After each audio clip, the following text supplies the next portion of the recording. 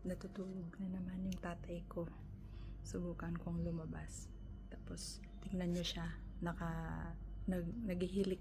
Yan. Naghihilig siya. Lalabas ako tapos, sasabihin ko, may sunog.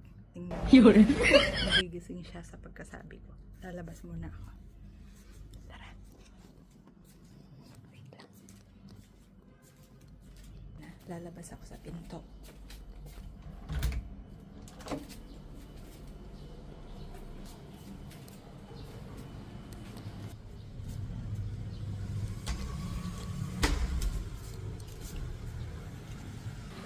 So, bali ang mangyayari, sisigaw ako ng amo, sunog-sunog. Titingnan ko kung magigising siya. Kasi, grabe kong makahilik at hindi siya nagigising kaagad. Kaya, napakadelikado din kung mag-isa niya. Sige, puntahan natin sa loob.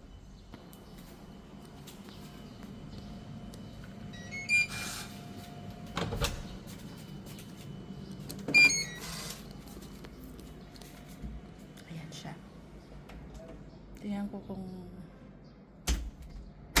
magigising siya. Ma! Ma! Sunog!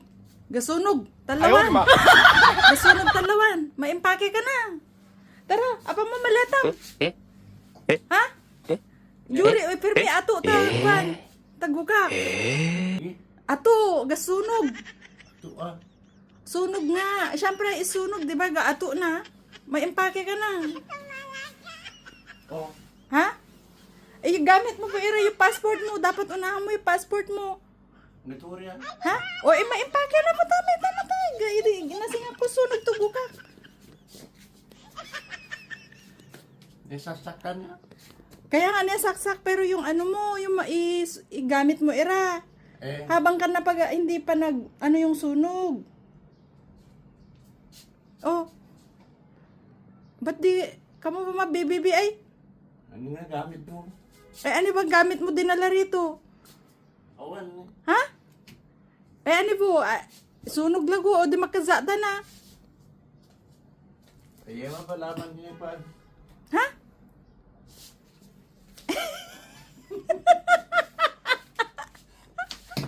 Oo nga. Ape ko lang! Dito ano sa bata. Agakatrog ka re! Agakatrog ka, kababali mo kami nan. Katrog manais. Hindi nga amin na isunog na mo yan eh, oh. Sige, joke lang. Pero para lang gumising ka, tulog ka ng tulog. Sige.